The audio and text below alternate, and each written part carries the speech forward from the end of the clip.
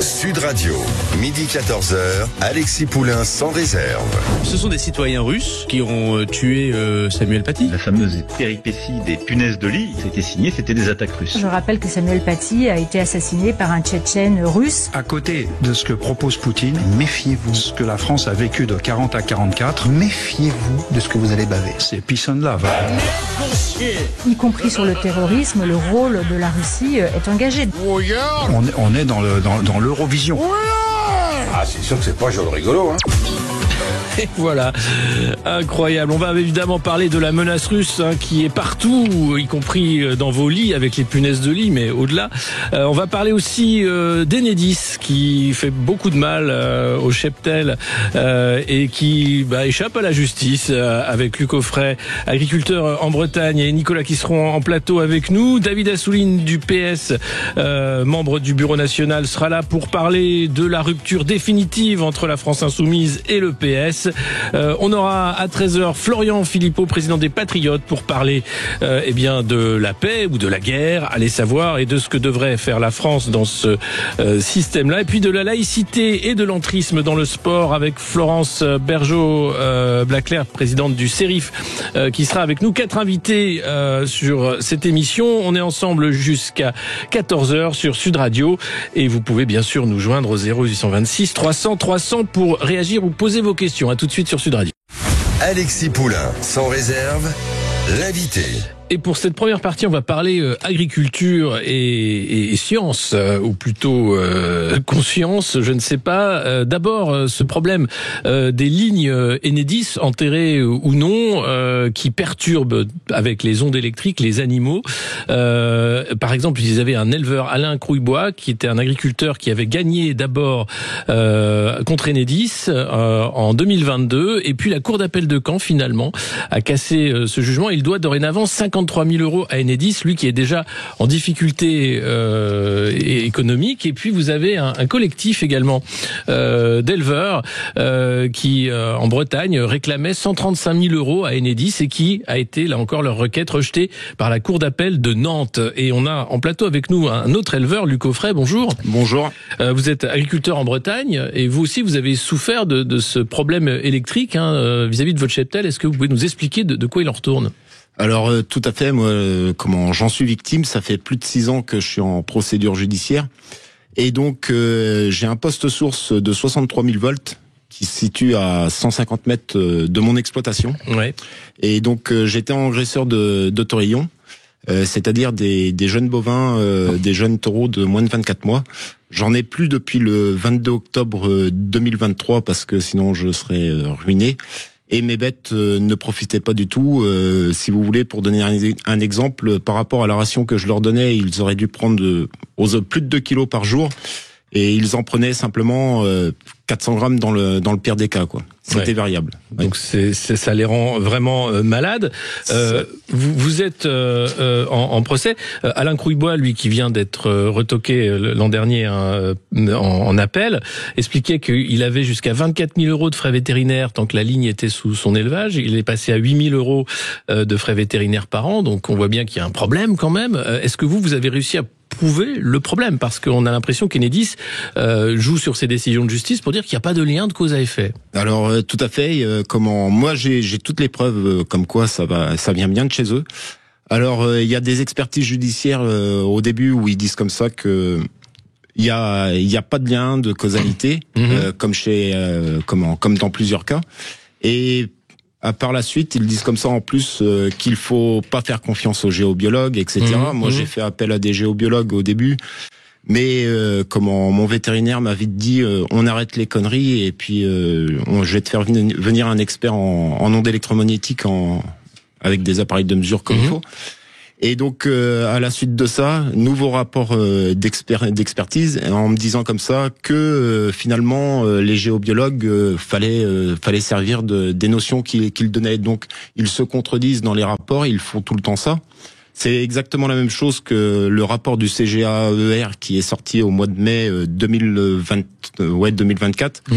Et c'est le ministère de l'Agriculture. Et sur ce rapport-là, il y a plus de 2400 agriculteurs qui ont répondu oui, nous aussi on a des problèmes d'ondes électromagnétiques, mais c'est un rapport qui a été totalement pipé et la FNSEA est au courant de tout puisqu'on a rencontré Arnaud Rousseau, je l'ai rencontré 2 fois, je l'ai filmé. Je lui ai expliqué au Space à Rennes la dernière fois. On a rencontré Macron il y a 2 ans au Salon de l'Agriculture. On a discuté 10 minutes avec lui. Marc Fesneau aussi, des tables rondes. On était à 4 ou 5 agriculteurs à chaque fois. Alors oui, comme tout le temps, on s'occupe de vos dossiers, mais finalement, au final, il n'y a rien, sauf le fameux rapport du CGAER. Ouais, mais ce rapport, donc, il est enterré. Vous êtes en train de nous dire que ni les syndicats agricoles, ni le ministère de l'Agriculture est derrière les agriculteurs, plus de 2400, pour les aider à sortir de ce déni. Non. Il y a rien n'est fait. Ils font strictement rien. Et quand c'est simplement, en plus, ça a été totalement pipé. Il a été distribué, le questionnaire pour faire ce rapport. Il a été distribué simplement à 100 000 agriculteurs sur les 400 000 qu'on est. Et c'est les chambres d'agriculture dirigées par la FNSEA, encore une fois de plus, qui n'ont pas fait leur travail volontairement pour ne pas qu'il y a beaucoup d'agriculteurs à y répondre. Et quand on fait le ratio par rapport aux 400 000 agriculteurs, on estime qu'il y a plus de 30 000 agriculteurs impactés. Mais il y a les agriculteurs, et parce qu'il y a énormément d'animaux qui meurent, mais il y a aussi toute la population est impactée plus ou moins violemment. Il y a des clusters de cancer pédiatrique partout en France. Le cas le plus connu, c'est Sainte-Pazanne. Là aussi, il y a eu des rapports faits par l'ANSES, mais qui ont été pipés. Il y a eu un premier rapport en 2015 qui disait oui, il y a un lien de causalité entre les éoliennes de Nozay et le cluster de cancer pédiatrique. 2020 ou 21, sous la pression des lobbies et de l'État, nouveau rapport disant comme ça, non, il n'y a pas de lien de causalité. Ils cherchaient d'autres causes. Mais nous, on sait très bien, on n'est pas débiles. On voit nos animaux, on connaît le comportement de nos animaux, on voit très bien ce qui se passe. Donc, va falloir qu'ils fassent quelque chose s'ils veulent encore des agriculteurs. D'ici, je pense, d'ici 1 an ou 2, on sera plus de 150 000 impactés par les ondes électromagnétiques. C'est les éoliennes, les antennes relais, les lignes électriques, les postes sources Enedis, RTE, le photovoltaïque et tous les agriculteurs, faut bien le stipuler, tous les agriculteurs qui vont être impactés, de toute façon, vont aller à la ruine. On cherche tous avec les géobiologues au début. Ça nous coûte une fortune. Moi, j'ai dépensé à peu près 8 000 euros avec des géobiologues pour aucun résultat. Et derrière, tout le monde insiste et on va jusqu'à la ruine puisque moi, je perdais aux alentours de 150-200 euros par jour. Pendant 12 ans... Ouais, 11 ans, ouais. Et là, vous avez un procès en cours J'ai un procès en cours, ouais. Quand va être la décision de justice? Comment? Vous savez quand va être la décision de justice? Ça fait déjà 6 ans, mais ça peut traîner encore 6 ans jusqu'à votre ruine, en fait, c'est ça? Moi, étant donné que j'ai arrêté les bovins, donc je perds plus d'argent, mais j'ai des emprunts à rembourser, j'ai des dettes, etc.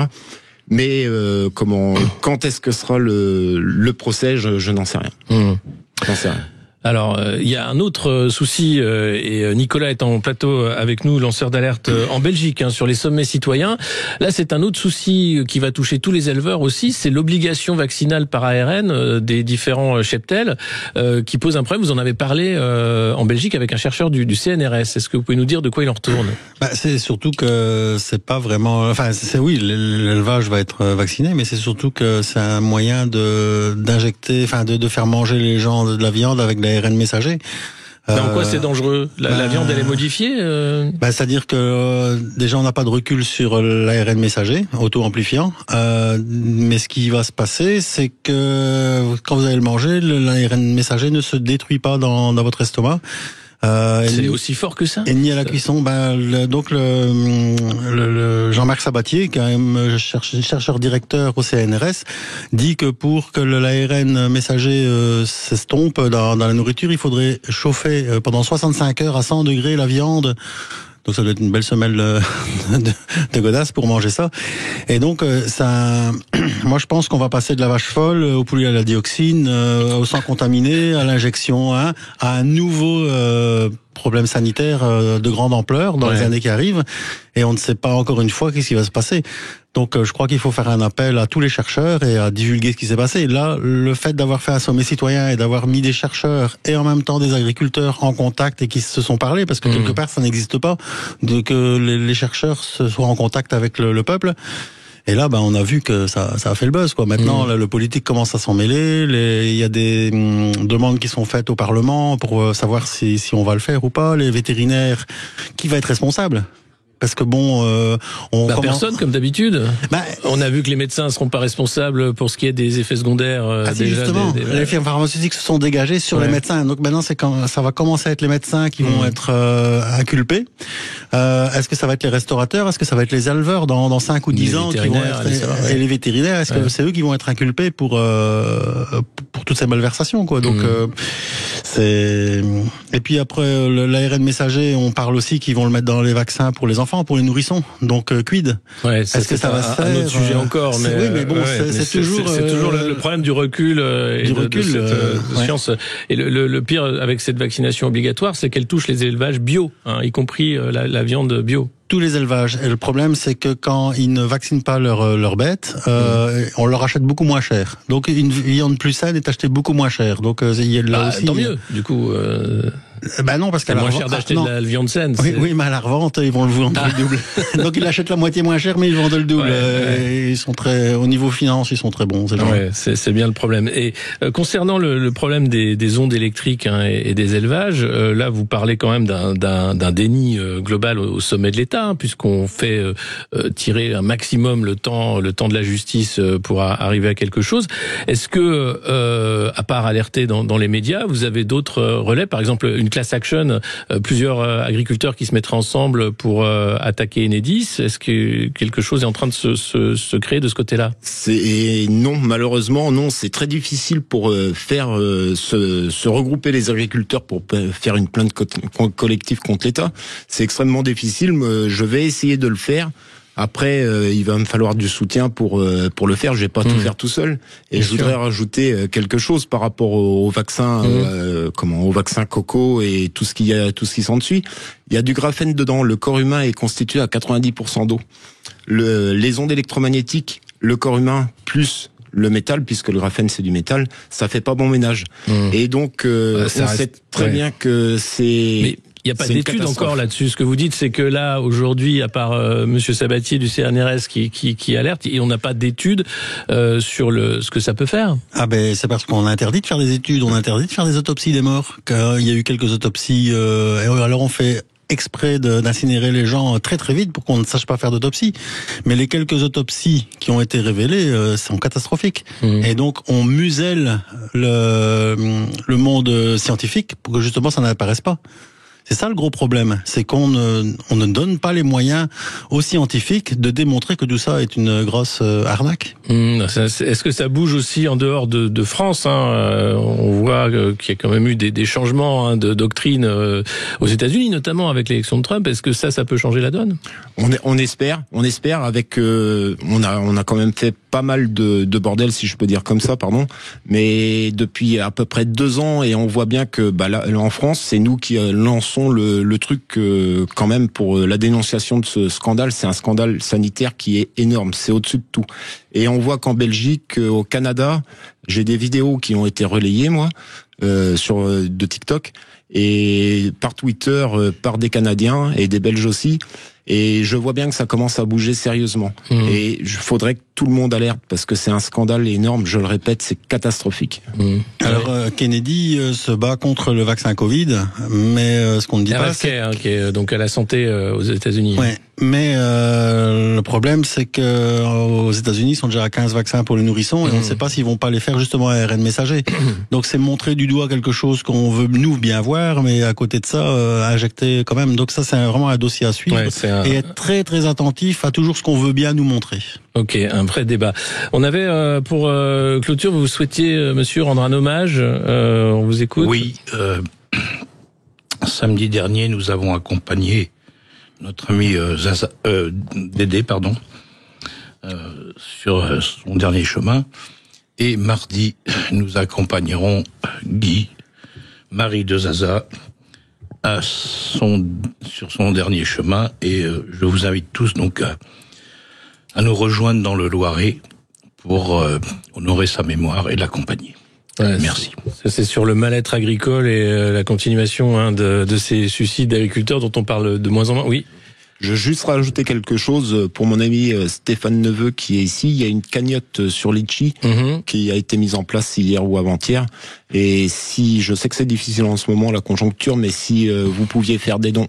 Merci pour sauver sa maison avec sa famille. Ok, merci. On en parlera, on mettra le lien évidemment pour en parler. En tout cas, on voit bien que le malaise dans le monde agricole n'est pas réglé, hein, malgré le salon de l'agriculture, malgré les beaux discours. Messieurs, vous témoignez quand même d'un mal-être profond dans cette profession qui n'est aidée par personne, hein, finalement. Est-ce que vous avez un mot de la fin, un appel peut-être ? Eh ben, par rapport à ce scandale des ondes, parce que c'est celui qui cache tout, en fait, c'est le dôme. Ils essayent de maintenir le couvercle fermé pour ne pas que ça se sache. Il faut relayer l'information au maximum. Renseignez-vous là-dessus parce que c'est un scandale. Je pourrais en parler pendant une journée complète. C'est tellement dramatique tout ce qu'il y a avec. Voilà, je sais pas quoi dire de plus. Il me faudrait 4 heures ou 5 heures de plus. On ne les a pas malheureusement, mais en tout cas, vous avez eu l'antenne sur Sud Radio. Merci beaucoup. Merci à vous. On va marquer une courte pause et puis se retrouver dans un instant pour l'édito où on va parler des Russes. Alexis Poulain, sans réserve, l'édito. Alors c'est aujourd'hui à 15h que le collège du Bois d'Aulne va être rebaptisé à Conflans-Sainte-Honorine au nom de Samuel Paty, ce professeur qui a été assassiné par un terroriste islamiste.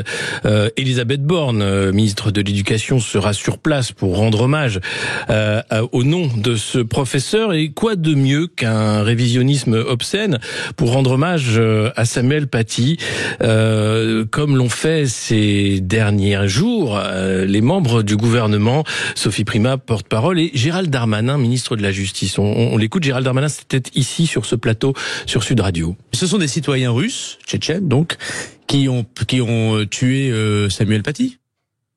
Bien sûr, des citoyens russes qui ont tué Samuel Paty, et Sophie Primas n'a pas dit autre chose.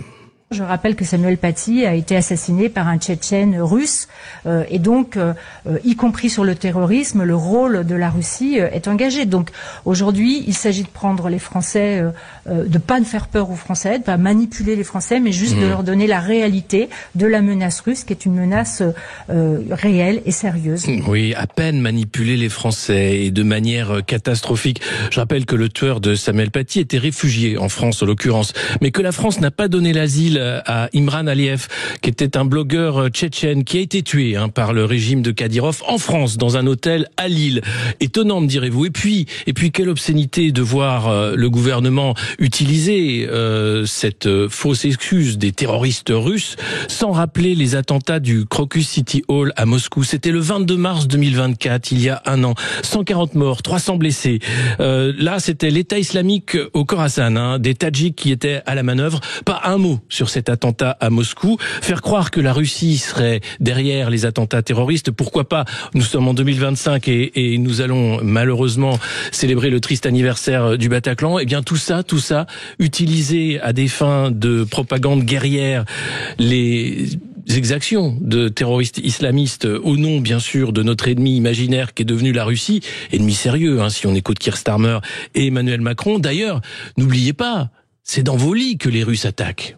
Dès qu'il y a une information qui peut affaiblir la France, c'est démultiplié par 100, par 1000 par les Russes et leurs fermatrolles. Parfois d'ailleurs énormément de fausses informations pour retourner la tête des jeunes. On le voit d'ailleurs chez nous, la fameuse péripétie des punaises de lit, et ça a été signé, c'était des attaques russes.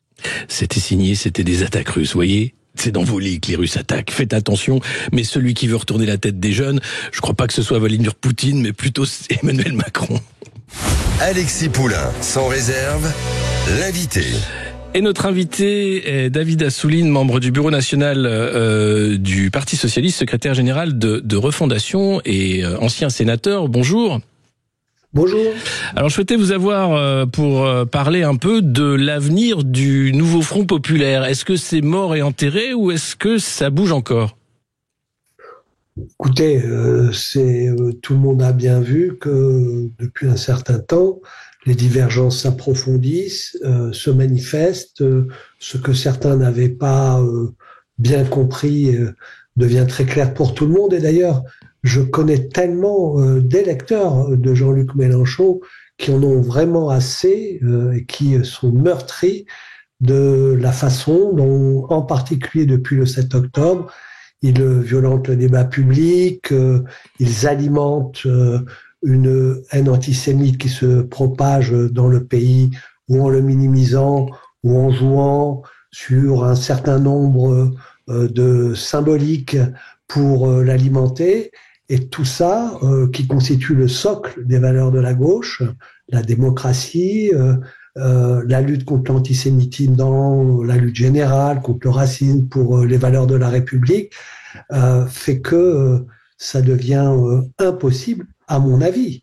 Et je suis membre du bureau national du Parti socialiste, on va avoir un congrès, donc ces choses-là, on peut discuter.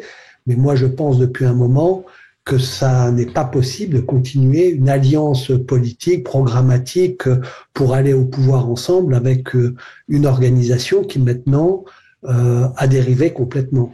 Mais Martine Aubry parle d'une gauche sans Jean-Luc Mélenchon. À Nîmes, on prépare les municipales et c'est une liste sans la France Insoumise qui fait alliance entre les écolos et le PS, Génération, etc. Qu'est-ce que c'est la gauche sans Jean-Luc Mélenchon ? Bah, c'est tout. C'est ce qu'est la gauche dans son histoire. C'est la gauche qui a apporté tant de choses au pays en termes de conquête sociale, de liberté démocratique. Cette gauche qui a déjà eu ce débat, en particulier sur l'antisémitisme au moment de l'affaire Dreyfus, et a tranché. Elle s'est reconstruite sur la base d'une clarté et d'une compréhension de ce que ça signifie. Il n'y a pas de lutte contre le racisme sans lutte contre l'antisémitisme.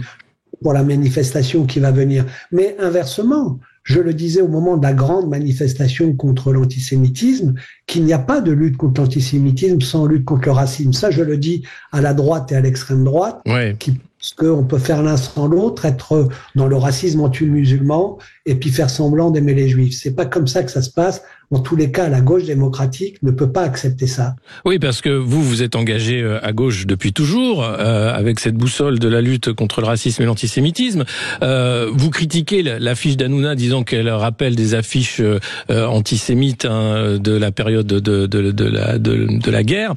Et pourtant, vous êtes contre ce qu'a fait Hanouna. Vous avez été responsable du signalement à l'Arcom, notamment lors des dérives de l'émission de Cyril Hanouna. Donc tout ça est compliqué.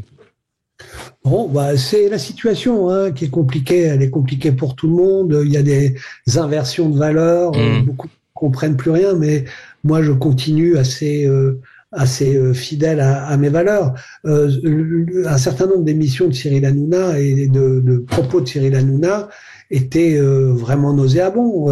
Et notamment, moi, j'avais fait un signalement au moment d'insultes absolument abjectes qu'il avait proférées contre Anne Hidalgo.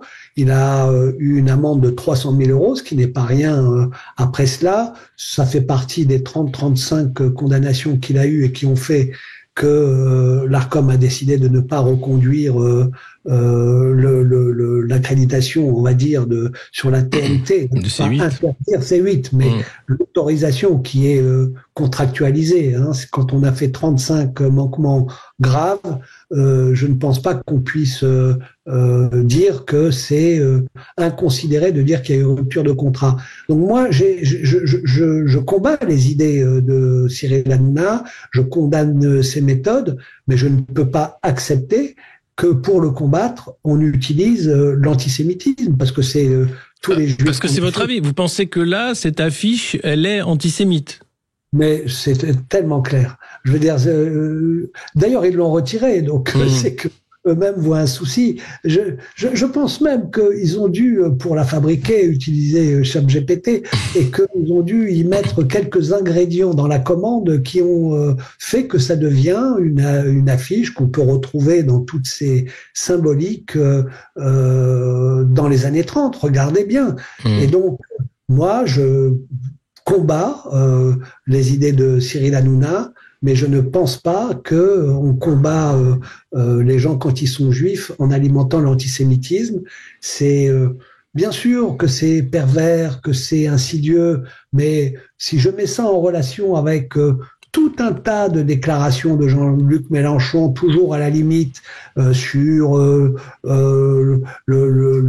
le CRIF, sur le grand rabbin, sur ceux qui auraient du pouvoir dans les médias, sur ceux qui ont mis Jésus sur la croix. Tout ça, ces points, ça fait une ligne à un moment. Et c'est impossible à accepter quand on est de gauche, parce que la gauche, on aime ou on n'aime pas, en tous les cas, ces valeurs, ce sont des valeurs qui sont universalistes et qui ne découpent pas en morceaux la lutte contre le racisme.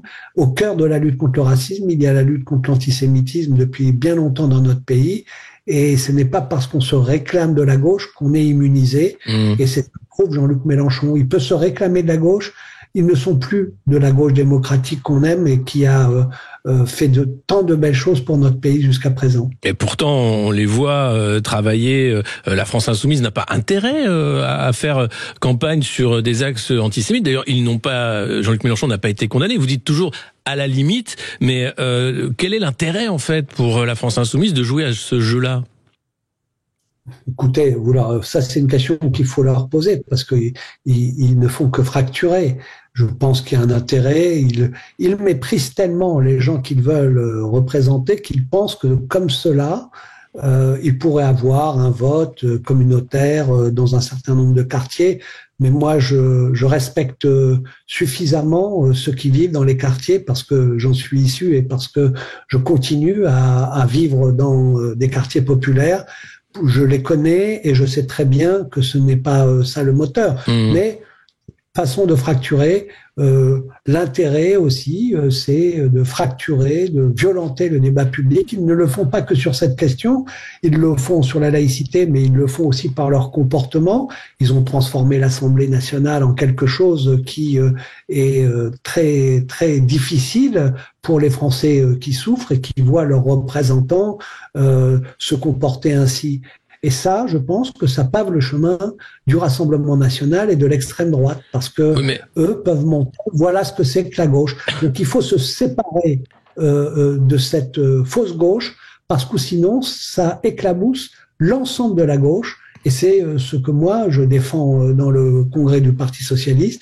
Je pense que maintenant il faut construire une alliance politique de la gauche telle qu'elle est, avec bien sûr les Verts, les communistes, mais d'abord que notre parti puisse se dépasser en faisant un socle des socialistes démocrates humanistes avec Raphaël Glucksmann. Et d'ailleurs, quand on l'a fait aux européennes, nous avons été en tête de la gauche et on a commencé à redonner une autre image de la gauche qui est celle qu'on aime et en tous les cas celle que j'aime moi. Ouais, aux européennes, mais c'est vrai que les scrutins sont difficiles et délicats. Jean-Luc Mélenchon avait réussi un score, même s'il n'était pas au second tour à la présidentielle. Et puis la France Insoumise, ça représente quand même beaucoup de gens qui sont réellement à gauche, qui luttent pour les conquis sociaux. Est-ce que vous leur dites à ces gens-là qui se trompent et qu'il faudrait rejoindre le Parti socialiste, qui est vu par ces gens-là comme un parti qui a trahi, notamment avec la présidence de François Hollande ? Écoutez, je vous confirme que beaucoup d'électeurs de la présidentielle qui ont voté Jean-Luc Mélenchon l'ont fait totalement par engagement de gauche, parce qu'ils voyaient qu'il y avait un risque avec Marine Le Pen en particulier, donc et de ne devoir encore choisir une deuxième fois entre une droite libérale, Macron qu'ils avaient combattu et pour faire barrage à Marine Le Pen. Donc ils ont voulu mettre le candidat qui était nettement en tête de la gauche pour faire cela, et c'est louable, mais depuis, beaucoup de choses se sont passées, et d'ailleurs, le score aux européennes a montré que au moins la moitié, si ce n'est plus, de ceux qui avaient fait ce choix ne veulent pas être embarqués dans là où les embarque la France Insoumise aujourd'hui, et ça devient un repoussoir. En tous les cas, dans un moment très difficile, très d'inversion de valeurs, d'incompréhension, de chaos politique, mais aussi de danger sur la scène mondiale, un parti comme le Parti socialiste ne peut durer, ne peut se construire, ne peut exister que si d'abord il reste très ferme sur ses valeurs, ne transige pas sur ses valeurs fondamentales et donc ne s'allie pas et ne se salit pas avec des alliances qui peuvent déshonorer l'ensemble de la gauche maintenant. On va marquer une courte pause. Merci David Assouline et se retrouver immédiatement après pour continuer de parler du débat politique français et de cette rupture fondamentale qui revient dans la gauche qui avait réussi à s'unir à l'aune de la dissolution. À tout de suite sur Sud Radio. Alexis Poulain, sans réserve, l'invité.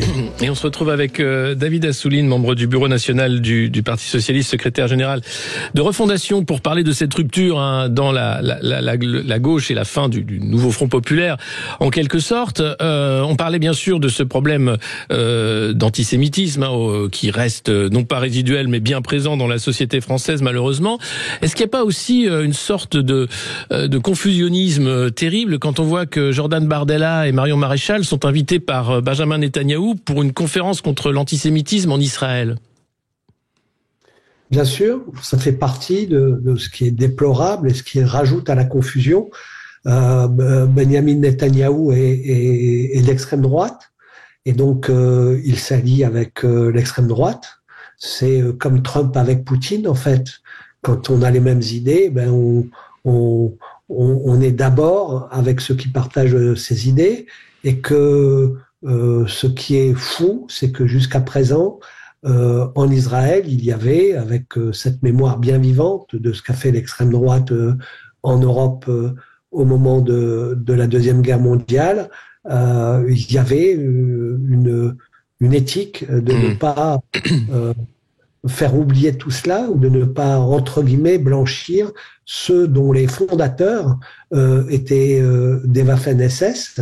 C'est ça, le Rassemblement national, et c'est ça, l'histoire. Alors maintenant, il ne s'agit pas de sonder les reins des uns et des autres. Marine Le Pen peut dire qu'elle est contre l'antisémitisme, mais je le répète, on ne peut pas être contre l'antisémitisme quand on est pour le racisme anti-musulman.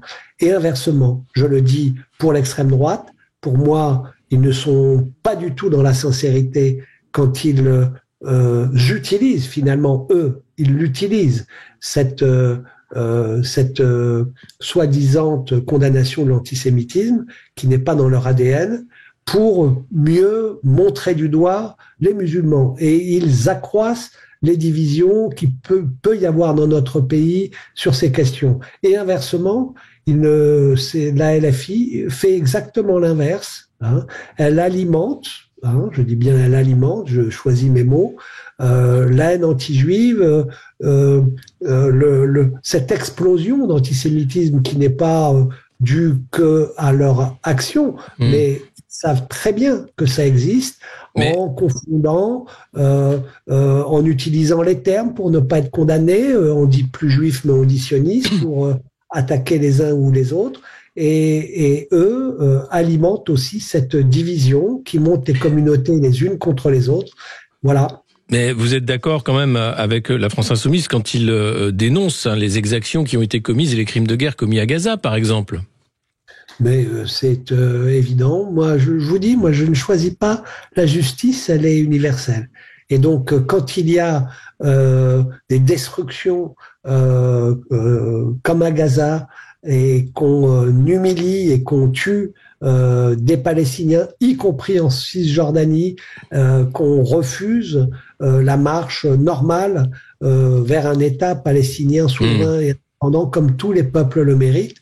On ne défend pas ni Israël, qui a aussi, bien entendu, le droit d'exister, et on ne défend pas les Juifs. Mais je le dis aussi inversement. Quand on dit que l'État d'Israël n'a pas le droit d'exister avec ce slogan de la rivière à la mer qui est repris dans tous les cortèges LFI et auxquels participe LFI, et on dit donc qu'il faut détruire cet État et donc ses habitants, quand on ne veut pas condamner comme action terroriste l'action du 7 octobre, ce pogrom affreux, jamais vu depuis la Shoah, de massacre de juifs parce qu'ils étaient juifs, et LFI aussi alimente tout cela. Donc moi, je ne choisis pas les mémoires, les victimes, les souffrances. Quand il y en a, je les condamne. C'est ça la gauche. C'est ça la gauche. Et c'est pas LFI. Justement, vous parlez de mémoire, hein, et vous dites à juste titre qu'il faut se rappeler de l'histoire, hein, à la fois de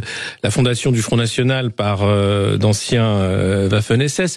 On se rappelle tous évidemment de la Shoah, de la guerre, parce qu'il y a des institutions qui entretiennent cette mémoire. En revanche, côté français, il y a un peu un oubli volontaire sur les exactions de l'armée française en Algérie. Et c'est Jean-Michel Apathy qui a eu le malheur de le rappeler, notre confrère, sur l'utilisation notamment d'armes chimiques contre des populations civiles, et il s'est retrouvé au cœur d'une polémique qui n'a pas lieu d'être. Vous avez écrit beaucoup sur l'histoire des migrations. Qu'est-ce que vous pensez de cette mémoire sélective française ? Écoutez, quand vous dites sélective, je ne suis pas d'accord. Je suis complètement d'accord, et j'ai même donné beaucoup de mes engagements, de ma pensée, de ma réflexion, de mes recherches, pour justement faire en sorte que les crimes coloniaux, et notamment le massacre des Algériens qui voulaient manifester le 17 octobre 61 à Paris, soient révélés, soient reconnus. J'ai écrit, j'ai cherché, j'ai combattu pour que cette date sorte de l'ombre, mais je ne veux pas rentrer dans la concurrence des mémoires, parce que si vous regardiez l'histoire, la Shoah, l'implication et la responsabilité de la France de Pétain dans les déportations, etc., il a fallu du temps, beaucoup de temps, et même quelques décennies, pour que ça s'impose dans la mémoire collective. Et on voit bien avec cette montée de l'antisémitisme et le négationnisme qui monte, le complotisme, que même ça peut être effacé. Donc c'est pas sélectif au sens où la France accepterait la mémoire de la Shoah et refuserait l'autre mémoire. C'est chaque fois que l'on défend des mémoires, des souffrances, et qu'on veut qu'elles servent pour que ça ne recommence plus, on aide la mémoire des autres. Et donc mon combat, il comme je vous l'ai dit tout à l'heure, il ne choisit pas. Il faut être dans la justice et dans l'humanisation de tous les peuples. Tous les peuples sont humains et méritent d'être défendus, et leur mémoire, et leur histoire, et leur présent dans la société française de la même façon. Mais vous trouvez pas qu'il y a quand même un problème, et encore plus vif actuellement, entre la France et l'Algérie, au sujet bien sûr des questions mémorielles, sur la France qui reconnaît, ne reconnaît pas, un débat qui revient, et l'affaire entre guillemets Apathy qui rappelle ces faits de l'armée coloniale le montre bien quand même, qu'il y a une sorte de déni, ou du moins une crispation. Ah ben c'est clair qu'il y a une crispation. La droite, elle n'a jamais accepté que l'on reconnaisse cette mémoire des crimes du colonialisme. Et ça, dans mon propre combat, j'y ai été confronté. Vous savez, quand j'ai fait voter au Conseil de Paris en 2001 le fait de poser une plaque sur le pont Saint-Michel en hommage aux victimes algériennes tuées par dizaines ce jour-là et jetées à la Seine par la police française, dans l'hémicycle, c'était comme si on était encore en guerre d'Algérie. Et c'était la droite qui hurlait, qui me traitait quasiment de Ben Laden, je me souviens très bien. Et toujours dans le un peu plus accepté, il faut se battre. Donc, bien entendu que c'est encore très présent dans la culture d'une certaine classe politique.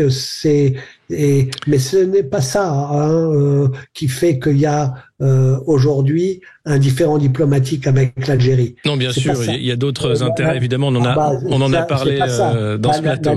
L'Algérie a incarcéré un ressortissant français. Boualem Sansal, dont on parle souvent ici, absolument. Oui, qu'on soit d'accord ou pas avec ses propos, c'est un grand écrivain, et c'est pour le fait qu'il a écrit et ses ses opinions et il faut qu'il soit libéré. Absolument. Merci beaucoup David Assouline d'avoir été notre invité. On pense évidemment à Boualem Sansal, retenu toujours en Algérie, et on parle souvent évidemment ici sur Sud Radio de ce scandale. On se retrouve dans un instant, on va marquer une courte pause et on se retrouve à 13h avec Florian Philippot des Patriotes pour parler de l'Ukraine. Et est-ce que c'est patriotique de ne pas vouloir mourir pour l'Ukraine? À tout de suite sur Sud Radio.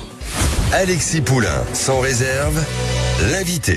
Et notre invité, c'est Florian Philippot, président des Patriotes. Bonjour. Bonjour. Alors, vous avez organisé, il y a de ça quelques jours, une manifestation pour la paix dans les rues de Paris, contre, finalement, cette volonté de l'Union européenne de faire capoter, en quelque sorte, les accords de paix entre Trump et Poutine. Quel est votre objectif, vous ? C'est de mobiliser les Français parce que l'heure objectivement est grave. C'est-à-dire que au moment où on est au plus proche de la paix, enfin en Ukraine, on le voit bien, on a le sentiment que effectivement ça dérange l'Union européenne, Macron, qui fonce vers la guerre plus que jamais, avec une propagande de guerre qui se développe, qui dégouline sur tous les médias matin, midi et soir. C'est devenu hallucinant. Et puis ces engagements qui nous font peur. Enfin, c'est-à-dire que l'idée quand même d'envoyer, même après un cessez-le-feu, des troupes soi-disant de la paix, des troupes françaises et d'autres en Ukraine. Il n'y a pas de troupes de la paix, ça n'existe pas. On sait très bien qu'on est dans un conflit qui est tout sauf terminé, qui a des causes profondes, et qu'on est une puissance nucléaire face à une autre puissance nucléaire. Donc tout ça est d'une grande irresponsabilité.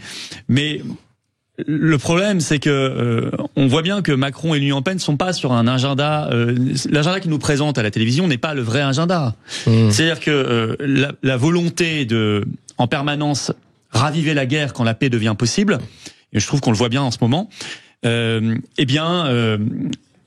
sert un agenda. Et Macron a un agenda. Mais lequel ? Il a un agenda intérieur qui ressemble beaucoup à celui du Covid. C'est-à-dire qu'il a besoin dans les sondages, c'est ça. Oui, il a besoin de faire peur. Il se refait une image. Il ne gouverne pas par la conviction, en entraînant son peuple vers un projet d'espérance, un projet national. Non. Il gouverne par la peur, en soumettant, en stressant, par ses discours. On a vu l'allocution l'autre jour, des discours anxiogènes.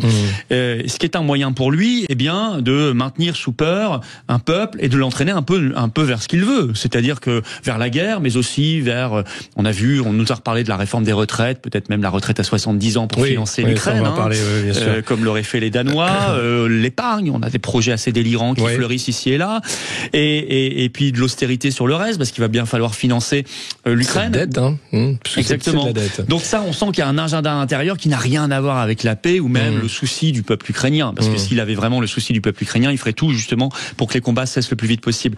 Et l'Union européenne, elle, son agenda est très clair. C'est de, comme à chaque fois qu'il y a une crise, c'est de piquer une compétence en plus. Alors pendant le Covid, elle a pris la compétence de la santé, et là, elle veut la compétence des affaires militaires.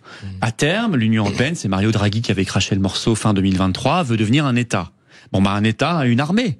C'est la définition même d'un État. Un État, il doit avoir une armée. Il a déjà et une police. Oui, elle a déjà sa monnaie, ses frontières, son droit fédéral, son droit supranational, sa justice de plus en plus avec le parquet européen.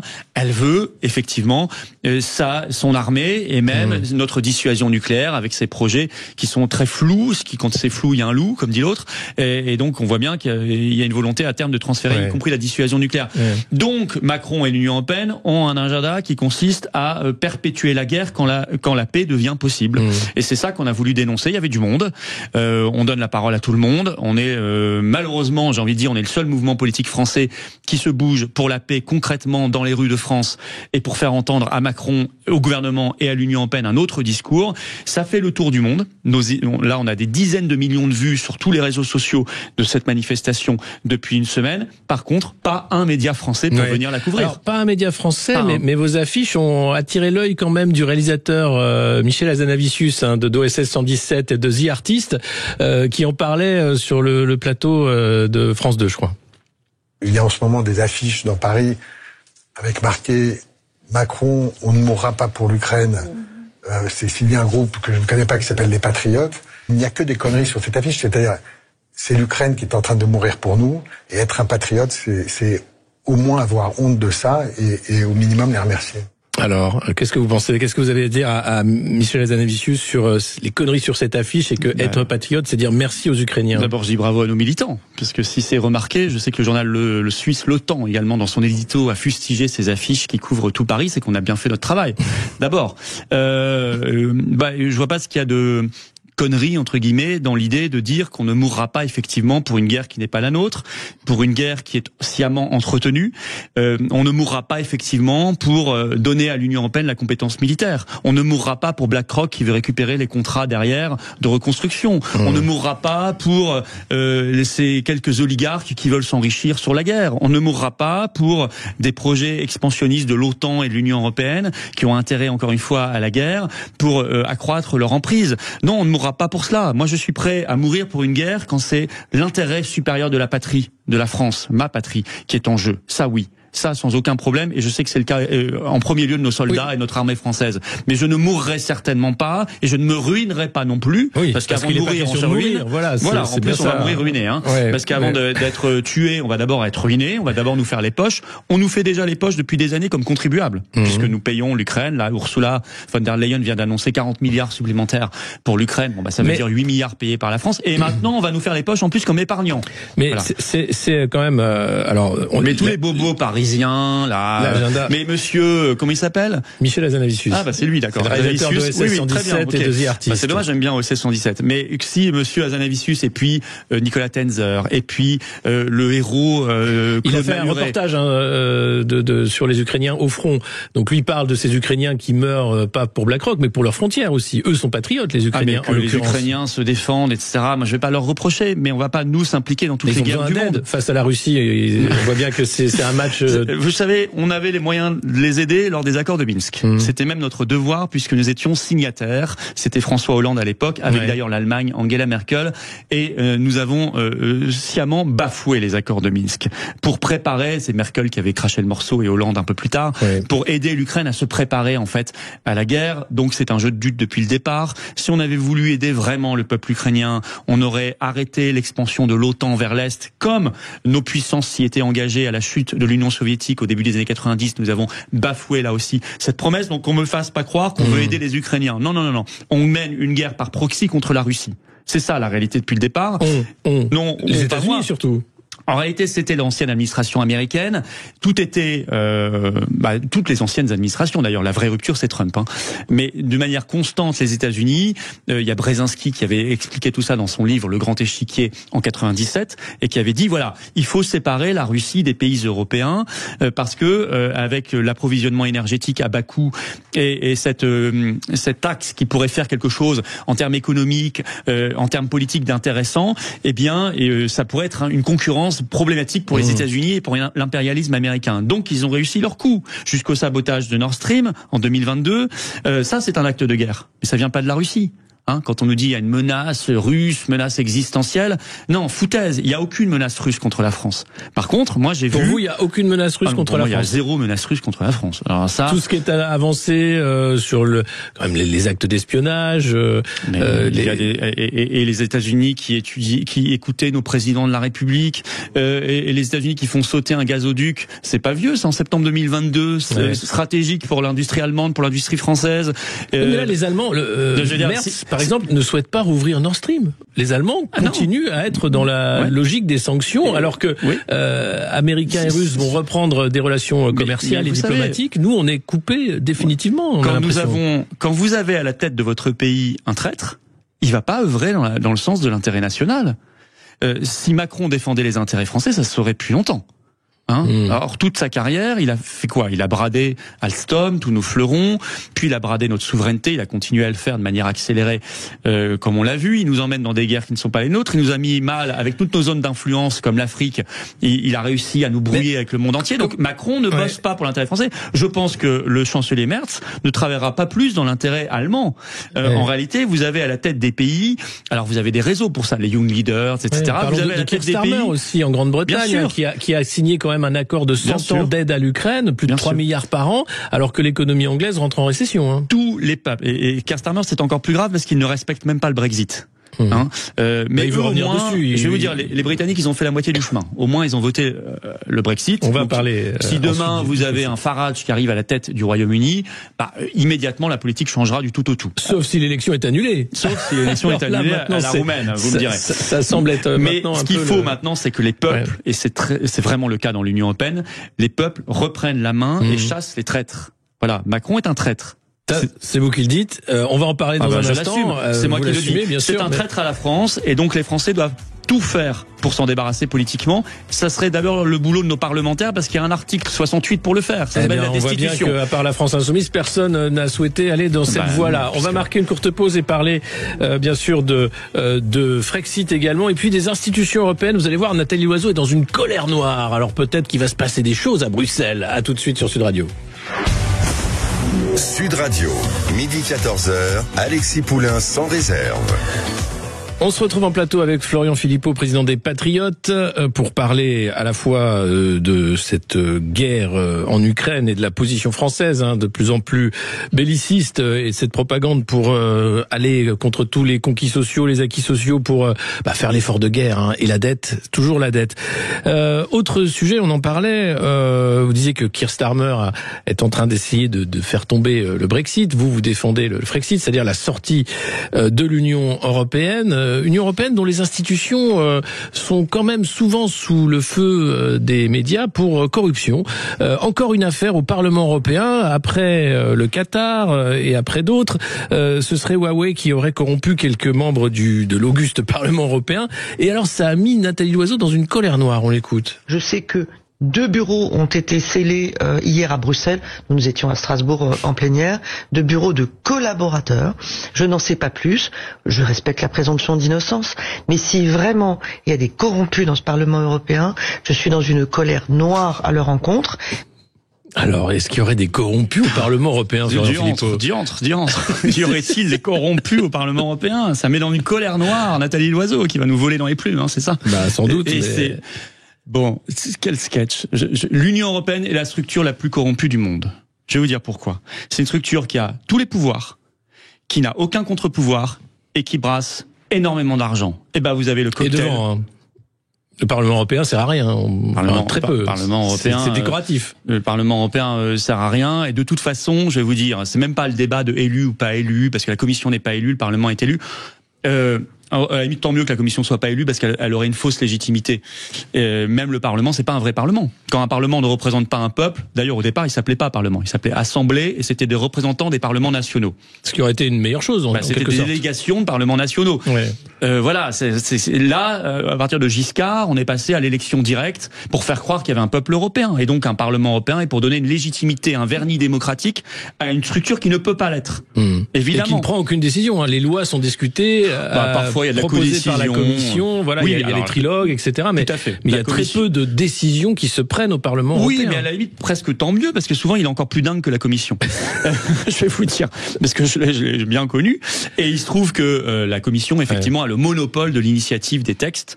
Et ensuite, elle doit faire respecter. Puis, il faut ajouter la Banque Centrale Européenne et la Cour de justice de l'Union Européenne. Enfin, tout est cadenassé. Et bien sûr que c'est l'institution la plus corrompue. Il y a plein d'histoires de corruption. Puis, il y a celles qu'on voit et celles qu'on veut pas chercher.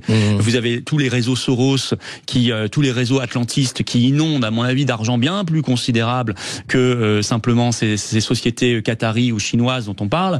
Et tout ça, on le regardera pas, parce que ça, c'est considéré comme une ingérence pour le bien.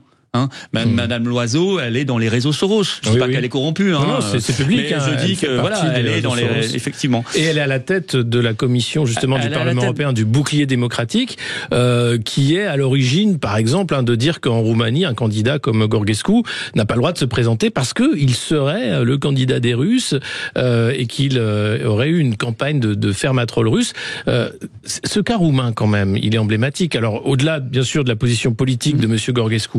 On a là affaire à une justice politique, un cas de lawfare comme on appelle, où on descend un candidat avant même qu'il puisse se présenter. Enfin, il s'est présenté, il arrive en tête au premier tour, il est en tête dans les sondages, et là, les institutions roumaines font en sorte qu'il n'ait pas le droit de se présenter. Oui, et l'Union européenne applaudit. Bien sûr, elle applaudit parce qu'en fait, elle tient derrière la marionnette. C'est elle qui agit. En réalité, c'est un laboratoire, la Roumanie. Il faut bien que les gens le comprennent. Et c'est tellement vrai qu'on commence à voir fleurir des articles en France en disant 2027, en France, la présidentielle risque d'être sous ingérence russe. Ce qui est exactement l'argument qui a été utilisé pour invalider la première élection présidentielle roumaine, puis la candidature de Georgescu pour la seconde. Ce bouclier démocratique européen, parce que tout se connecte. En fait, les choses sont simples. L'Union européenne sait que les peuples en ont ras-le-bol de l'Union européenne, et qu'il y a un vent de révolte, pour plein de raisons légitimes. Ce qu'elle craint, c'est que la paupérisation, maintenant la guerre, enfin, ça fait beaucoup. Le seul truc qu'elle ne maîtrise pas encore, ce sont les élections nationales qui peuvent faire arriver au pouvoir un pouvoir anti-Union européenne, ce qui était le cas en Roumanie. Pour se prémunir de ça, il y a un argument formidable, c'est de dire l'élection n'est pas valable parce qu'elle était faite sous ingérence. Ingérence de Musk, de Trump, des Russes, au choix, ils choisiront. Et donc, pour la démocratie, parce que pour l'état de droit, c'est toujours présenté comme ça, on va devoir annuler le scrutin, et pour cela, on a créé une institution communautaire qui s'appelle le bouclier démocratique européen. Et effectivement, c'est l'eurodéputée macroniste Nathalie Loiseau qui préside la commission spéciale qui a été instituée en janvier au Parlement européen pour mettre sur pied ce bouclier démocratique européen. Donc tout est ficelé. C'est-à-dire qu'on va vous chercher un argument, on va vous dire il y a eu de l'ingérence, donc le scrutin n'est pas juste, l'état de droit n'est pas respecté, la démocratie n'est pas respectée, donc on annule le scrutin, donc on empêche des candidatures, et donc l'Union européenne aura protégé l'état de droit et la démocratie, ce qui est sa vocation naturelle. La boucle est bouclée. Voilà ce qu'ils sont en train de mettre en place. Ne pas croire que ça concerne que la Roumanie, ça concernera tout le monde. Thierry Breton avait craché le morceau. Oui. Il avait dit on l'a fait en Roumanie, on le fera évidemment en Allemagne si c'est nécessaire. Ça n'a pas été nécessaire parce qu'il a manqué 5 points à l'AfD pour que ce soit nécessaire. Mais si l'AfD avait fait 25 au lieu de 21, je peux vous assurer que ça aurait été nécessaire et qu'il l'aurait fait. Voilà, c'est l'Allemagne. On parle de la première puissance économique de la zone. Donc ils le feront évidemment en France. C'est Marine Le Pen qui est. Non, mais le RN n'a rien à craindre. Il faut des critiques. Vous pensez que les procès des assistants parlementaires justement du FN, elle va s'en sortir sans. Alors moi, je pense que le RN n'a rien à craindre de l'Union européenne. C'est devenu, vous savez, l'AfD a une position quand même rude par rapport à l'Union européenne. Dans leur projet, il y a le Dexit et la sortie de l'euro. C'est pas du tout dans le projet du RN. Donc ça n'y est plus. Oui. Non, ça n'y est plus du tout. Ils veulent même rester dans Schengen, le marché européen électricité, enfin rien du tout dans le projet du RN. Donc c'est plus une menace, c'est pour le système. Ils votent même pas les motions de censure, ils votent pour Ferrand. Hier, ils ont même pas voté contre la résolution sur l'Ukraine. Enfin tout ça est délirant. Donc le RN n'est pas un anti-système aujourd'hui. Donc il n'a pas besoin qu'on déclenche le bouclier démocratique européen. Non, par contre, même si Marine Le Pen était. Alors en interne, je pense qu'il y a une vraie guerre actuellement au sein du RN. Vous savez, Bardella est encore plus rallié au système que Marine Le Pen. Marine Le Pen, il y a des restes encore. Elle a quand même pendant des années dit qu'il fallait sortir de l'Union européenne et de l'euro. Elle a dit que même c'était le premier des combats. Elle avait raison à l'époque. Et puis elle a renoncé, mais forcément ça laisse des traces. Alors que Bardella, il se préoccupe pas de tout ça. Il est complètement rallié au macronisme. Il y va à fond. La méchante Russie. On reste dans l'OTAN, on reste dans l'UE, on reste dans l'euro. Il fait la bise à Zelensky. Enfin, il coche toutes les cases du système. Donc je pense que à l'intérieur du RN, il va y avoir, suite au rendu judiciaire là, au délibéré le 31 mars, il va y avoir à mon avis une guerre interne qui a déjà commencé en sourdine, mais qui va prendre de l'importance. Et le candidat du système, c'est plutôt Bardella, plus que Marine Le Pen, qui est très raccord avec tout le discours officiel. Mais vous parliez tout à l'heure des oppositions justement qui sont très sages face à Emmanuel Macron, qui était pourtant au creux de la vague après la dissolution ratée, qui n'arrivait pas à reprendre, la censure de Michel Barnier. Et là, on a l'impression que tout le monde s'est mis d'accord pour dire on va laisser une chance au produit qui, approuvé quand même, est une catastrophe pour la France. Rien qu'à voir les 3600 milliards de dettes, la désindustrialisation, le chômage, et maintenant c'est cette stratégie du choc permanente pour faire pousser des lois antisociales. Pourquoi les oppositions sont si faibles ? Alors qu'elles ont les cartes aujourd'hui pour faire tomber François Bayrou. Effectivement, le non-vote de la motion de censure nous amène à nous dire pourquoi à ce moment-là ont-ils voté la motion de censure en décembre contre Barnier. Bon, puisque Bayrou fait encore pire. Donc ça n'a effectivement aucun sens. Bayrou, qu'on me dise pas, on va lui laisser sa chance parce qu'on ne le connaît que trop. 50 ans, Il y a 50 ans de carrière. Enfin, c'est vraiment, en plus, Bayrou, c'est vraiment un produit du système. C'est-à-dire, c'est quand même le type qui a trouvé à chaque fois un moyen de se raccrocher pour trouver un mandat, un poste, une fonction, voilà. C'est une moule qui s'accroche à son rocher. C'est incroyable. C'est-à-dire, il a toujours vécu au crochet du contribuable français, Monsieur Bayrou, sans jamais rien faire d'ailleurs. Il a des discours creux. Pas de grande loi Bayrou. Mais quand il était ministre de l'Éducation nationale dans les années 90, il a laissé le souvenir d'un ministre qui ne faisait strictement rien. Voilà. Y compris à Bétaram. Alors là, en plus, il y a un scandale qui aurait justifié en plus une motion de censure. Les oppositions, entre guillemets, à mon avis, il y a plusieurs raisons. D'abord, il y a toute une partie de la pseudo-opposition qui est raccord idéologiquement avec le macronisme, donc ça leur pose pas de problème. Je pense au PS, tout ça, évidemment. Après, il y a une partie des oppositions. Le RN, je pense, n'a plus de colonne vertébrale idéologique. Donc, à partir du moment où vous n'avez plus de colonne vertébrale idéologique, que vous n'êtes plus au clair sur la souveraineté nationale, vous ne dites plus les préalables, c'est-à-dire qu'un pays qui de toute façon n'a pas sa souveraineté ne changera pas de politique, se fera dicter toujours la même politique quelles que soient les alternances. À partir du moment où ils ont lâché ça, ils ont laissé tomber ça, il n'y a plus rien si vous voulez. C'était le piège de laisser tomber ça. Je leur avais expliqué en 2017 quand je suis parti. Je leur ai dit vous allez tout laisser tomber, à la fin vous serez complètement ralliés. C'est ce qui ça a mis 8 ans, 7-8 ans, mais c'est maintenant le cas. Et donc sans colonne vertébrale, ils sont une opposition mollusque. Et voilà. Et en plus, il y a le politiquement et le médiatiquement correct. Si vous voulez continuer à être invité sur BFM TV, sur LCI, sur TF1, à être bien traité, à être gentiment traité, il faut être dans l'opposition, mais pas trop. Vous voyez, c'est ce qui explique aussi le fait que vous n'ayez pas d'élus patriotes, par exemple. Moi, si vous voulez, si vous arrivez sur un plateau pendant le Covid et vous dites d'emblée, non. Tout ce qu'ils font, c'est n'importe quoi, ça n'a pas de base scientifique, pas de passe sanitaire, pas de passe vaccinale, il y a le danger des effets secondaires, ça. Vous venez une fois, vous venez pas 2 fois, si vous voulez. Si vous venez en disant, on n'est pas totalement d'accord, certes, il faut encourager la vaccination de masse, mais il faudrait peut-être le faire autrement, etc., style RN ou LFI, on vous réinvitera. Parce qu'on dira, c'est bien, il y a un semblant d'opposition démocratique pour le théâtre, mais en fait, c'est pas dangereux. Ouais. Pareil sur l'Ukraine. Si vous arrivez en disant, il n'y a pas de menace existentielle russe, tout ça, c'est de la foutaise, vous n'êtes pas réinvité. Ouais. Et même maintenant, vous n'êtes pas invité tout court. Tout court. Sauf sur Sud Radio. Oui, mais quelques médias, mais c'est très rare. Médias, ouais. D'autant que c'est l'Arcom qui est censé contrôler tout ça et qu'on ne peut évidemment pas faire confiance à l'Arcom qu'il faudrait supprimer.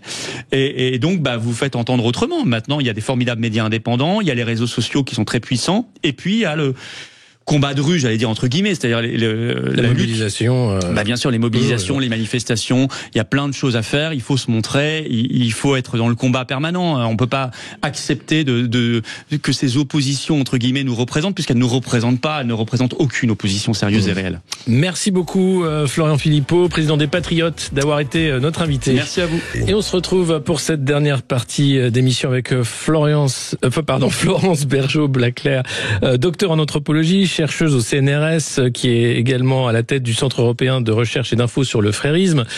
Bonjour. Bonjour. Je rappelle que votre livre, Le frérisme et ses réseaux, aux éditions Odile Jacob, est paru en édition de poche la semaine dernière. Ça vous a valu d'être sous protection rapprochée, puisque vous êtes la cible de tueurs potentiels, ou du moins d'islamistes qui voudraient vous faire taire. Oui, depuis la sortie du livre, alors c'était en janvier 2023, pendant 2 mois, on peut dire que ça a été relativement calme. Et à la suite d'une conférence tenue avec Gilles Kepel, qui a fait la préface de mon livre, les choses se sont envenimées. Il y a eu des menaces et des menaces de mort, et donc qui ont conduit le ministre de l'Intérieur, c'était Monsieur Darmanin à l'époque, à me placer sous protection policière permanente. Et depuis, je suis toujours sous cette protection. Vous dénoncez l'entrisme partout de ce réseau des frères musulmans et autres qui utilisent la laïcité pour faire valoir leurs idées à la fois à l'université, dans le sport, on va en parler, et ailleurs. C'est ça, en fait. Oui, alors pour faire bien comprendre aux auditeurs, le frérisme, c'est ce qu'on pourrait appeler l'autre djihad. Il y a le djihadisme violent qui se manifeste donc par des éclats brutaux qui peuvent tuer. On l'a vu évidemment depuis 2015 de façon assez systématique. Ce sont soit des groupes projetés venant de l'étranger, soit des groupes qui ont été nourris à l'intérieur de l'Europe et de la France. Dans le cas des attentats de 2015, ça venait de Belgique. Donc ça, ce sont des groupes violents.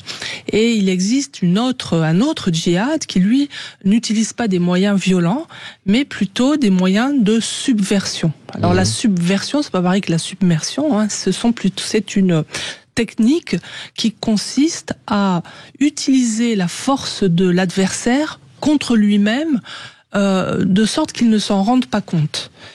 Donc on utilise les lois contre un pays démocratique, on utilise les partis politiques aussi contre eux, on utilise en fait toutes les facilités de ce qu'on appelle ici le vivre ensemble, on utilise aussi la laïcité contre eux-mêmes pour en fait commencer à diffuser une certaine idéologie qui, dans le cas des fréristes, donc issus de la confrérie des frères musulmans, est une idéologie charia compatible. Mais d'où viennent les frères musulmans? Où est-ce qu'est leur base internationale, on peut dire, de cette organisation?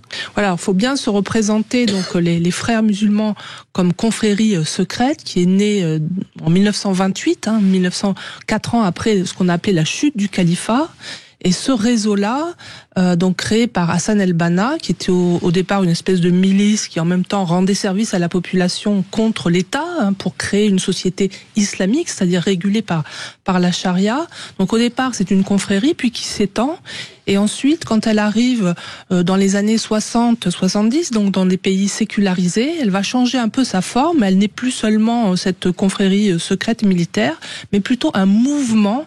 C'est ce que Youssef el-Qaradawi, son mentor, appelait le mouvement islamique, qui est destiné donc à convertir les sociétés occidentales, mais avec douceur, c'est-à-dire selon les moyens des sociétés pacifiées. Mais est-ce que là, on voit Emmanuel Macron et le gouvernement être vent debout contre l'ingérence russe, par exemple? Est-ce qu'il y a eu un déni où volontairement les gouvernements successifs n'ont rien fait contre cette ingérence et pourtant bien présente de l'idéologie frériste en France notamment? Parce que je crois que c'est plus difficile de lutter contre une idéologie qui n'a pas d'État d'origine. Que contre un État. Un État, vous faites venir l'ambassadeur, vous discutez, vous prenez des mesures de rétorsion, etc. Avec une idéologie et des réseaux qui sont assez difficiles à identifier, des réseaux d'influence, des réseaux qui sont à la fois fermés, quels sont ces réseaux d'influence justement Alors, les frères musulmans, donc c'est une confrérie secrète qui doit peser à peu près un millier de personnes, c'est très très peu de gens qui appartiennent à la confrérie, en France, je parle, mais il y en a partout en Europe, qui appartiennent à la confrérie, qui prêtent serment, qui ont des objectifs, des stratégies, des tactiques pour parvenir à l'idéal de la société islamique. Et puis autour d'eux, il y a un cercle bien plus large de gens qui sont en fait sensibilisés à leur idéologie et qui la portent sans même nécessairement se référer à la confrérie, mais qui partagent les mêmes lectures et qui ont cet objectif de se modifier et de modifier leur entourage. Mais sans le faire, par exemple, on peut aussi vous parler de Gérald Darmanin, qui était ministre de l'Intérieur, qui a donc voté, qui a œuvré pour votre protection. Lui a aussi flirté de manière politique à Tourcoing de cette façon-là, pour l'ouverture de mosquées, pour voir. Il était peut-être, sans le savoir, sous influence frériste à un moment. Ça, je pourrais pas le dire en particulier, mais c'est vrai que tous les partis politiques sont approchés de toute façon par les frères musulmans. Et que pour des raisons électorales assez simples à comprendre, si le vote musulman, surtout dans une commune où il y a une forte population musulmane, si ce vote musulman vous échappe, vous n'avez aucune chance d'être élu. Or, et c'est ça qu'ont réussi à faire les frères musulmans, qui sont pas les musulmans normaux, enfin je veux dire ordinaires, qui laïcs comme tout le monde, qui sont vraiment un mouvement subversif. Ils ont essayé donc de produire un vote musulman. Et ils y sont assez bien arrivés, puisque par exemple, ce vote s'est retrouvé derrière le parti LFI en 2012. Vous vous souvenez quand donc Jean-Luc Mélenchon s'est proposé donc comme candidat, il a immédiatement identifié le vote musulman comme étant le vote qui lui permettrait d'arriver au second tour. Alors, et c'est ce qu'il espère encore faire. Donc, pour le moment, ce vote est capturé, si on peut dire, par LFI. Mais attention, parce que... Vous pensez que c'est un vote compact et qui va suivre un parti, qu'il n'y a pas une volatilité quand même de fait 69% des musulmans qui votent LFI, ça fait quand même... Alors comment ils ont réussi ça? Tout simplement en faisant une campagne contre l'islamophobie. C'est-à-dire que LFI s'est adressé aux musulmans en disant tous les autres partis vous en veulent, on a une montée de l'extrême droite qui est effrayante, on va vous mettre dans des bateaux et vous allez partir. Donc ils ont joué un peu sur la peur. C'est vrai qu'il y a des discours qui peuvent faire peur. On a quand même en France eu des discours assez durs contre l'islam, en l'occurrence, et pas simplement contre l'islamisme. Par exemple Éric Zemmour, par exemple, sur les prénoms français ou non, la façon dont parler de rémigration, de grands remplacements, enfin tout ça fait qu'il y a aussi ce sentiment d'être rejeté par une partie de la société française, non? Alors ce que disait Éric Zemmour, c'est effectivement, lui, il a pointé la responsabilité de l'immigration, de la submersion migratoire. Il me semble qu'il faisait quand même la différence entre l'islam et les musulmans. Bon, ça lui appartient. Moi, je ferai pas cette différence. Je pense qu'il faut différencier l'islam de l'islamisme. Mais il me semble assez clair sur l'idée qu'il fallait que l'islam se soumette aux lois de la République, ce qui n'est pas tout à fait excessif, mais qui est excessif évidemment et intolérable pour les frères musulmans. Et c'est là que le jeu entre LFI et les fréristes est assez pervers, parce que finalement, et on l'a vu depuis le 7 octobre, ils se sont vraiment coalisés, parce que finalement ils sont en train de faire croire aux musulmans qu'ils sont détestés pour ce qu'ils sont, et qu'ils ne sont pas qu'ils sont rejetés en tant que musulmans. Et ça leur permet simplement de capturer cette population, d'en faire une population captive pour leur vote.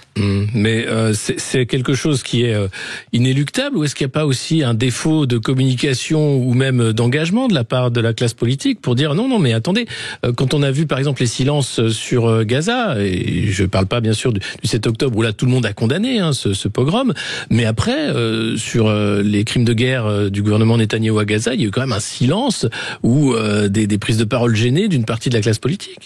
Alors pour ça c'est difficile de parler de crimes de guerre.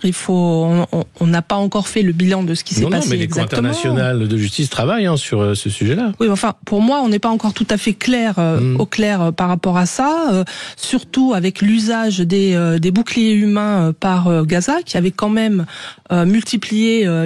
utilisé l'argent international, des milliards, pour construire des tunnels dans lesquels ils ont mis des populations.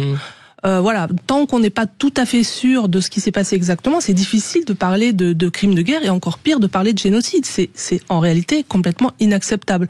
Et je ne vois pas le lien en fait que vous faites avec les musulmans en France. Parce que quand même, on voit bien que la défense de Gaza, elle est plutôt du côté des sphères France Insoumise et des personnalités. C'est vrai, mais ce lien entre l'islamophobie et Gaza, c'est un lien complètement artificiel qui a été créé par les frères musulmans et repris par LFI pour capturer toujours, comme je le dis, cet électorat-là.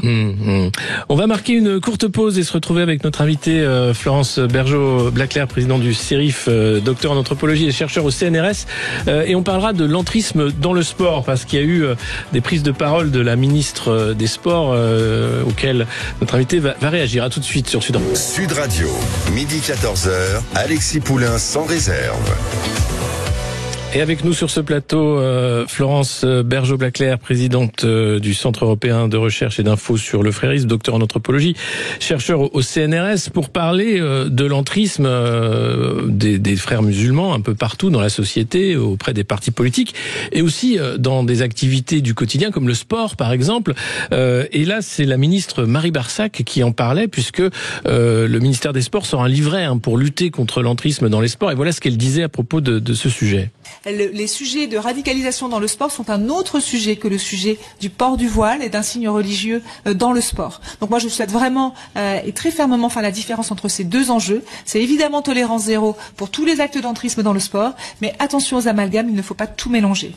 Est-ce que le voile islamique résume l'entrisme? La réponse est non. Il y a des femmes qui exercent leur liberté religieuse, comme la loi de 1905 l'autorise. Je n'accepte pas que l'on refuse de serrer la main à une femme, évidemment, dans le sport. Je ne tolère pas qu'on stoppe un match pour faire une prière. Ça, c'est non, c'est clair. Mais combattre ces dérives, c'est accompagner les acteurs de terrain. Alors, comment reconnaître de l'entrisme de ce qui n'est pas de l'entrisme? Qu'est-ce que vous pensez de ce que dit cette ministre? Alors en fait, Madame Barsac nous explique, donc qui est ministre des Sports, nous explique que elle s'oppose à l'entrisme dans le sport, qu'elle s'oppose au radicalisme. Alors bon, ce sont deux choses différentes, mais admettons.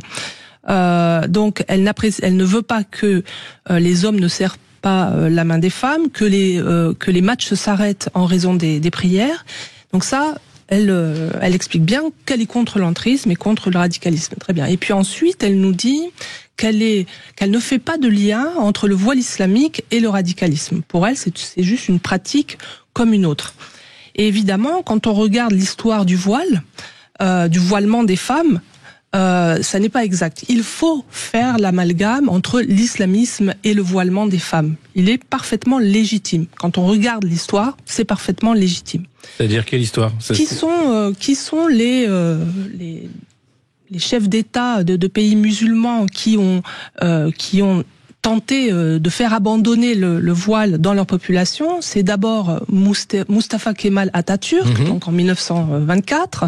C'est Nasser en Égypte, c'est Bourguiba en Tunisie, c'est le roi du Maroc aussi, et toujours avec l'idée que finalement cette pratique était une pratique ancestrale, traditionnelle, et pourtant ce sont des gens, et notamment le roi du Maroc, qui est le commandeur des croyants, donc il y a une responsabilité religieuse.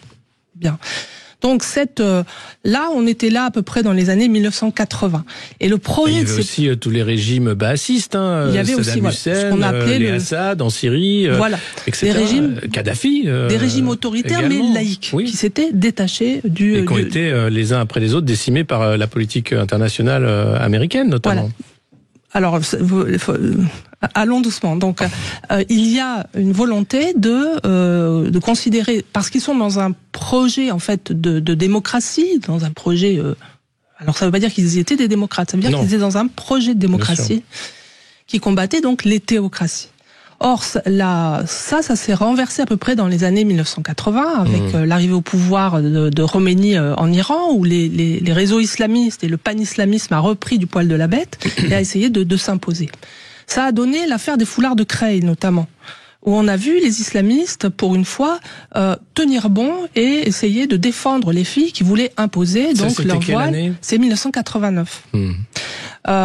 Et à partir de là, on a commencé à raisonner en se disant, voilà, soit on laisse les filles porter le foulard dans l'école, mais au moins elles vont s'émanciper, aller à l'école, etc. Et puis finalement, c'est le droit à l'expression religieuse, etc. Soit au contraire, on protège la laïcité et on les exclut de l'école parce que on a de l'entrisme islamique. Et ça, on est resté exactement sur la même façon de cadrer le problème aujourd'hui, alors qu'on est 35 ans après. Alors qu'aujourd'hui, le voile est porté par 42% des femmes de 35 à 44 ans, je crois. Ce qui n'était pas le cas en 89. Ce qui n'était pas du tout. Donc on a vu une progression extraordinaire du voile au cours de ces dernières années. Une progression aussi de l'islamisme, du djihadisme et de toutes les formes violentes, et on ne fait pas le lien. Ça, c'est une première chose. La deuxième chose, ce qu'il faut savoir, c'est que le voilement des femmes est absolument indispensable au projet frériste, au projet des frères musulmans, au projet djihadiste, le projet de la société islamique. Parce que la société islamique se conçoit à partir d'une division sexuelle de l'espace et du travail. Ça veut dire concrètement que les femmes ont un rôle de productrice et de reproductrice des croyants. Donc leur espace, c'est la maison, et quand elles sortent, elles sont voilées, mais leur espace, c'est la maison, et pour les hommes, toute leur fonction et leur espace, c'est l'extérieur. Donc, la société, quand dans le Coran, Dieu s'adresse aux croyants et aux croyantes, il ne s'adresse pas de la même manière. Donc, la société islamique, elle est basée sur cette distinction, et le voilement n'est donc pas un signe, c'est une norme, c'est un instrument de préparation, d'avènement de cette société islamique. Donc, bien sûr, il y a un lien entre le voilement et l'islamisme. Mais on en est loin quand même. Il faut faire la France, la laïcité, ce que rappelle cette ministre, c'est de dire qu'aujourd'hui, la loi de 1905 permet à ces femmes qui le souhaitent de se voiler, en étant dans le respect des lois de la République. Oui, mais justement, on essaie de limiter cet entrisme islamiste, parce que maintenant, il y a un certain nombre de politiques qui ont compris, et donc il y a eu des propositions de loi dans ce sens, il y a eu des rapports rédigés sur l'entrisme dans le sport qui sont très convaincants. Je vous suggère de lire la thèse de Médéric Chapiteau sur ce thème. Donc maintenant, on est un peu plus conscient de l'entrisme islamiste. Ce que je voulais souligner, c'est que la question de serrer la main des hommes et des femmes, la question des prières qui interrompent un match, etc., et la question du voile sont à prendre dans le même paquet. Ce n'est pas ce que dit la ministre. Ce n'est pas ce qu'elle dit. Il faut faire l'amalgame entre le voilement et l'islamisme. Et là, il y a donc un livret qui est publié par le ministère des Sports pour les acteurs de la filière du sport, pour justement éviter ces points de friction. Vous l'avez lu, ce livret, ou vous l'avez déjà eu en main? Non, je n'ai pas lu. Je pense que vous avez le lire avec intérêt, oui, j'imagine. Certainement, je vais le lire. Et parce que c'est donc un vrai problème, identifié par le ministère, traité par un livret. Est-ce que ça va suffire ou est-ce qu'on va se retrouver avec des acteurs désemparés, seuls, qui vont se retrouver dans des situations impossibles à gérer? En fait, il y a eu plusieurs travaux sur la question de l'entrisme dans le sport, notamment parce qu'il y avait les Jeux Olympiques. Donc les choses sont en cours, mais effectivement, il y a une très grande, très forte adversité venant de certains partis et aussi des paroles publiques comme ça, qui sont extraordinairement contre-productives. Parce que qu'est-ce que ça envoie comme signal? Les gens se disent, finalement, si je confonds l'islamisme avec le voile, c'est que je suis raciste et islamophobe. Donc c'est pas bien. Et je ne veux pas qu'on imagine que je suis une personne raciste, une personne mauvaise. Mais c'est comme ça que les gens raisonnent. Alors qu'ils ont raison de faire cet amalgame. Et je dis faites cet amalgame. C'est très important de comprendre comment ça fonctionne. Et donc ça culpabilise une partie de la population qui ne sait plus se défendre en fait de ces attaques, cette subversion. En quoi c'est des attaques que des femmes choisissent de porter le voile?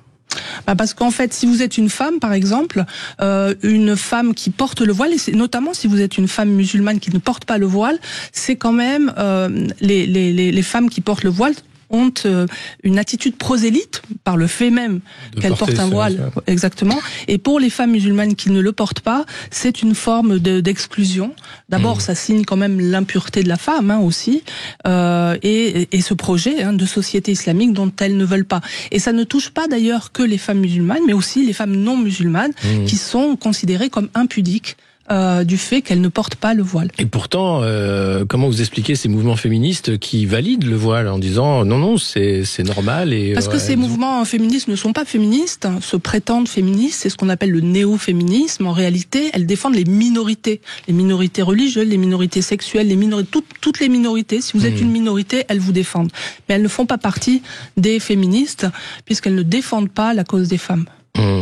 Et pourtant, on a vu les échauffourées lors de la manifestation. Aujourd'hui, vous pensez qu'il y a une prise de conscience quand même de la sphère politique? Moi, j'étais hier soir à Lyon. J'ai reçu le prix des Lyonnes, qui est une organisation féministe, le prix des Rugissantes précisément. Et donc, on a effectivement beaucoup parlé de l'inquiétude que partagent les féministes universalistes vis-à-vis de ces mouvements qui en fait sont en train de laisser la place aux hommes.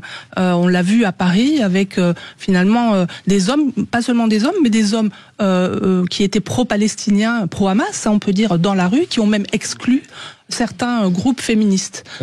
Donc on est un peu quand même inquiet de ce qui est fait du féminisme aujourd'hui. Merci beaucoup Florence Bergeau-Blaquière d'avoir été avec nous sur Sud Radio. Dans un instant, on va parler des femmes justement avec Brigitte Lahaie, l'amour version femme, voilée ou non, chatte rasée ou non, comme dirait Esrila Soudet. En quoi l'évolution des femmes et leur capacité à s'affirmer dans leurs demandes amoureuses change les relations affectives?